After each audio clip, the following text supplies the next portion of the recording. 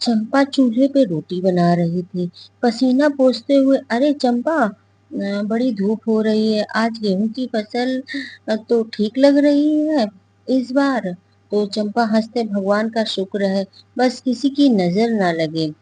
और तो हंसकर कौन नजर लगाएगा अपने काम में। तो पीछे से गणेश दूर से देखता हुआ, उसके चेहरे पर जलन हो रही थी और धीरे मंच एक कोने में खड़ा हो जाता है। और गणेश के मन में फसल, राम स्वरूप की फसल अच्छी होती है और मेरी जमीन पर बस सूखा ही सूखा। और ये आदमी हर साल तरक्की करता और मुझे सब कुछ करना पड़ता है। और भी गणेश एक अघोरी बाबा की झोपड़ी में पहुंचता है, और जहां अजीब प्रकार का धुआं और हंसी की आवाजें आ रही थी। अघोरी बाबा आ, आ, लाल वस्त्रों में बैठा हुआ था। सामने दिया और नींबू रखे हुए थे। गणेश आता है, बाबा मेरी मदद करो, मेरा शत्रु राम हर साल आगे बढ़ता जा रहा और मैं मिटता जा रहा हूँ। बाबा गंभीर होकर बोले, शत्रु का नाश करना हो तो विशेष क्रिया करनी पड़ेगी। गणेश ने कहा, बताइए, मैं कुछ भी करूंगा। तो बाबा ने कहा, यह लो एक नींबू, शत्रु का नाम लिख दो और फिर आधी रात को शमशान में जाकर इसे चुभा देना, और रात में 7 दिनों में उसका भाग डूब जाएगा। गणेश हंसता हुआ कहा, बाबा की जय हो। और वहां से मंद मंद मुस्कुराता हुआ चला गया, जैसे उसने एक मूर्ख को फंसा लिया हो। और फिर नींबू पर रात का दृश्य था। नींबू को काटा, चुभाया और डरावनी धनी राम स्वरूप के घर में लेटा हुआ बेचैन हुआ। और चंपा घबराकर राम स्वरूप के, अचानक ये क्या हो गया? बुखार है और आंखें लाल हो रही हैं, कमजोर आवाजें, पता नहीं सुबह से अजीब सा महसूस हो रहा है। ट्रैक्टर भी खराब हो गया है, गेहूं काटते वक्त हाथ भी कट गया। और शिवा, चाची चाची चाची चाचा को डॉक्टर के पास ले जाओ, कोई साधारण बीमारी नहीं लग रही। चंपा डरी हुई, किसी ने कुछ करा तो नहीं दिया? अरे नहीं चाची, अंधविश्वास में मत करो, आजकल जमाने में कोई नींबू को कैसे कोई मार सकता है। और वहाँ पर गांव की सभा लगी और मुखिया जी वहाँ बैठे। राम स्वरूप, आज तुमने किसी दुश्मन है क्या कोई? राम ने कमजोर आवाज, नहीं मुखिया जी, हमारे पिछले समय से कोई गणेश से ज्यादा कोई टेढ़ा लग रहा था। और गणेश ड्रामे में, क्या हुआ? अरे मुखिया जी, मुझे क्यों बदनाम कर रहे हो? ये तो सब एक वहम है शिवा, कड़ा स्वर है। एक बात साबित कर सकता हूँ, पिछली रात मैं तालाब के पास लेटा था, मैंने गणेश को शमशान की ओर जाते देखा और कुछ कांटे और नींबू थे उसके हाथ में। मुखिया जी गंभीर होकर, यह तो गंभीर आरोप लगा रहे हो, इसकी जांच करनी पड़ेगी।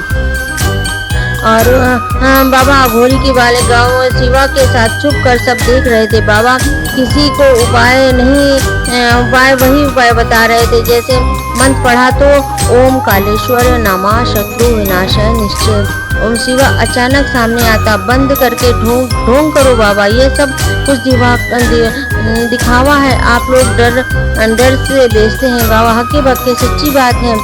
गुस्से में तूने कौन काम में दखल देने वाला होता है? मैं सिर्फ सच बताने वाला हूँ। और नींबू और कोई काटा, कोई किस्मत नहीं बदल जाती। अगर कोई बीमार हो रहा है तो डॉक्टर के पास ले जाओ, बाबा के पास नहीं। बाबा को पकड़ते हुए मुखिया ने पुलिस से, बाबा ने उसको कहा। और यह गांव का दृश्य था। नींबू पर काली नींबू नींबू पर काली स्याही से शत्रु का नाम लिखना, उसे किसी व्यक्ति स्थल पर अर्पित करना या विशेष तांत्रिक विद्या किसी पीपल या शमशान के चौराहे पर रखना, यह प्रक्रिया माँ काली के नाम से जुड़ी मानता है, इससे शत्रु का नष्ट हो जाता है। और काली, यह सवाल है कि क्या वास्तव में काली चाहते हैं कि हमें विनाश के मार्ग पर चलें, या फिर उनका कोई गहरा संदेश है जिसे हम गलत रूप में समझ रहे हैं।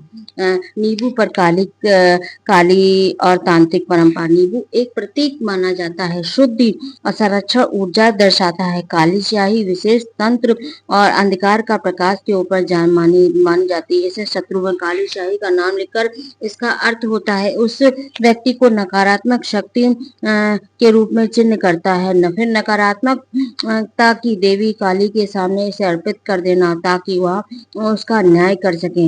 इसमें अक्सर गलत तरीके का निजी द्वेष निकालने के लिए बदले की भावना को प्रेरित करता है, नकारात्मक मानसिक रूप से। और यह एक सच्ची घटना है। एक रीवा गांव में नई नई आई शिक्षित आत्मनिर्भर व पक्ष में बोलने वाली थी। और लोग उसे वर्षों से गांव मनमानी करते रहे। रीमा को सहन नहीं कर पाए। एक गांव के चौराहे पर नींबू पड़ा मिला जिसमें रीमा का नाम काली स्याही से लिखा हुआ था। उससे 3 लोहे के कांटे चुभे हुए थे और कुछ राख और काली की गुड़िया भी थी। गांव अफवाह फैल गई। रामलाल ने तंत्र किया है और काली को गुस्से में बुलाया गया है। रीमा डरने के बजाय मंदिर चली गई। उसने काली की मूर्ति के आगे हाथ जोड़ते हुए कहा, माँ, अगर यह नींबू तेरा संदेश है तो मैं सुनना चाहती हूँ। तू न्याय की देवी है, तू न्याय कर।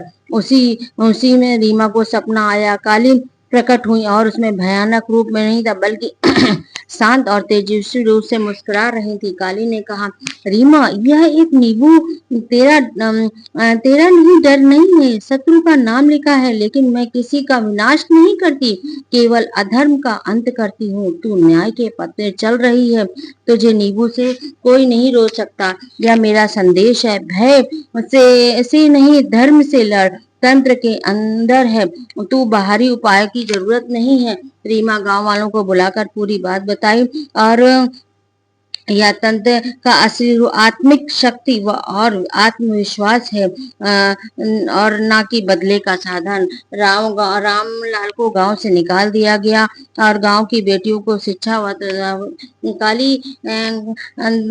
काली माँ केवल विनाश की देवी है। उनका कहना है कि स्वरूप अधूरा समझना। उनका प्रतीक कुछ गहरा काले रंग का अर्थ अज्ञान और भय को निगल जाना है।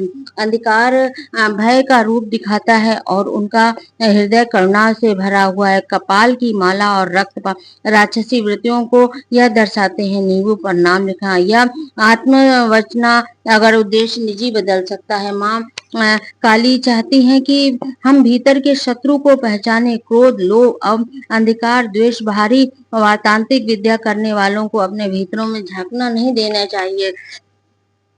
और यह जब व्यक्ति शत्रु से हार जाता है और वह कमजोर महसूस होता है तो वह शक्ति की तलाश करता है और भागता है। नींबू, ताबीज, तांत्रिक, लेकिन वास्तव में व्यक्ति आत्मिक कमजोरी का संकेत है। अगर आत्मा से शक्ति को पहचान लो और नींबू और स्याही की जरूरत नहीं पड़ेगी। काली का असली संदेश है, शक्ति बाहर नहीं, तुम्हारे भीतर है। क्या डरे नहीं, यह किसी दुर्भावना की शक्ति नहीं है। माँ काली का स्मरण करें, उससे प्रार्थना करें, लेकिन बदले के लिए नहीं, मार्गदर्शन के लिए। नींबू को पहनती हैं और पानी में प्रभावित कर। नींबू इस नकारात्मक ऊर्जा होती है, सकारात्मक कर्म करें, इसमें बड़ी शक्ति और धर्म है। और नींबू पर काली स्याही से शत्रु का नाम लिखने यह क्रिया है, यह बहुत गहरा है। माँ काली का संदेश है कि हम दूसरों को नुकसान पहुंचाने के लिए नहीं बल्कि यह अधर्म और अज्ञान से लड़ें। तंत्र से डर कर औजार बनाते हैं और ये असल में माँ काली का अपमान करते हैं। और इसलिए कभी किसी के नाम पर नींबू